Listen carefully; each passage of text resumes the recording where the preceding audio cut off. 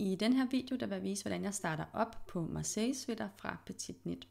Og når vi skal slå op til den her sweater, så skal vi bruge en form for et opslag, hvor vi kan strikke videre i begge retninger. Og jeg har tænkt mig at bruge Judys magiske opslag. Hvis du ikke kender opslaget, så har jeg en særskilt video, hvor at jeg går fuldstændig i dybden med det her opslag. Men jeg skal selvfølgelig også nok vise det her. Til opslaget der skal vi bruge 2 pinde af den tykkelse, som vi skal strikke sweateren i. Og det havde jeg ikke, men til gengæld havde jeg udskiftelige pinde, så du får lige et lille tip her. Jeg har bare sat de 2 pindespidser, som har den rigtige størrelse, på hver sin wire her. Og i den anden ende, der har jeg så en forkert størrelse, men det gør ikke så meget. Det bytter vi rundt på bagefter. Så skal jeg have fat i mit garn. Og der har jeg garnenden ind mod mig her, og jeg skal have en god lang garnende til de her masker. Sådan der. Og så sætter jeg det op over pinden her, og igen der er så garnenden, der er ind mod mig her.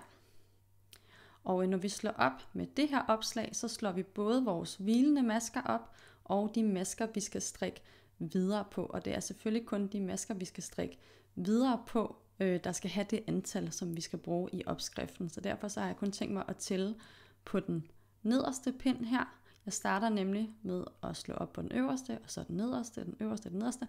Så jeg tæller bare hver gang, at jeg slår op på den nederste her. Men jeg har mit garnen mod mig, garnnøgle her, og så snor jeg det lige og laver den første maske, og det gør jeg ved, at jeg tager det, der hører til mit garn, ind over. Og det er altså vigtigt, at vi snor den rigtige vej, så hvis vi lige kigger nu her, nu har jeg garnenden opad, garnnøgle nedad, og garnnøgle ligger sådan øverst i den her snorning. Og så går vi i gang med at slå nogle flere masker op her. Mit garn, det tager jeg fat i, ligesom når man skal slå op med krydsopslag. Jeg holder bare min hånd sådan her, så jeg tager fat på samme måde, men lad være med at dreje min hånd, og holder den sådan her med håndryggen mod mig. Den første, det er den her, vi lavede her. Så nu skal jeg slå op på den nederste pind. Og den nederste pind får garn fra det øverste, og den øverste pind får garn fra det nederste. Så nederste pind op over garnet her, og garnet rundt om. Så har jeg altså slået 2 masker op, men jeg tæller kun på den nederste her, så det er altså 1 maske. Så skal den øverste have garn fra det nederste, og igen under pinden, og op over. Nederste pind fra øverste garn, under pinden, og op over. Øverste pind fra det nederste garn, under pinden, og op over. Nederste pind fra det øverste, under pinden, og op over. Så nu har jeg altså 3 masker, der skal hvile her, og 3 masker slået op til mit opslag. Og når man gør det her, så kan man altså godt have tendens til at stramme rigtig meget. Det skal du lige passe lidt på med, fordi vi skal ligesom kunne strikke i maskerne bagefter, så det er godt lige at være ops på, at man ikke får strammet helt vildt. Men jeg fortsætter her med den øverste pind, og nederste pind, 4 masker, øverste, 5 masker, 6 masker, 7 masker, og nu fortsætter jeg bare indtil at jeg har det rigtige antal, som jeg skal bruge i opskriften på hver pind. Nu er jeg næsten ved vejs ende her, og den sidste maske, jeg skal have omkring den nederste pind her, i stedet for at smide den op over sådan her, så tager jeg altså lige mit garn, og så laver jeg lige et lykkeopslag, hvor jeg tager fat i garnet sådan her, og lige drejer det en omgang. Sådan der. Så har vi nemlig det her arbejde låst, fordi vi skal faktisk ikke strikke videre med nogle af de her ender. Så jeg finder lige en saks og klipper den anden ende her. Sådan der. Så har jeg altså det her opslag. Og hvis vi kigger på det, så har vi retsiden mod os nu.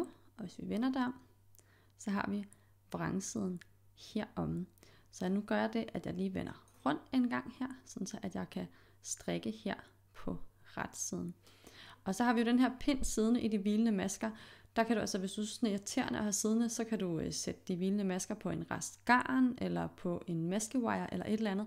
Men nu trækker jeg den bare lige ud en gang her. Og så var der jo lige det der med min pinde, jeg lige skulle bytte rundt på. Jeg skal bruge den her pindespids, jeg har siddende her, og sætte på den anden ende af denne her. Så den skal jeg lige finde en gang. Og skal jeg passe på, at det ikke er snoet her. Så jeg får fat i den rigtige ende. Den skulle meget gerne være her. Og så sætter jeg lige den spids på. Smider lige herned, så det ikke løber nogen steder. Sådan der. Og så vil jeg gerne have den rigtige ende på denne her. Så kan jeg altså fortsætte med at strikke på den rigtige størrelse. Og jeg hiver lige i den, så jeg er sikker på, at det er den, der hører til. Det var det. Sådan der. Og nu skal vi altså i gang med at flytte nogle masker. Så nu flytter jeg det antal, man skal i min størrelse.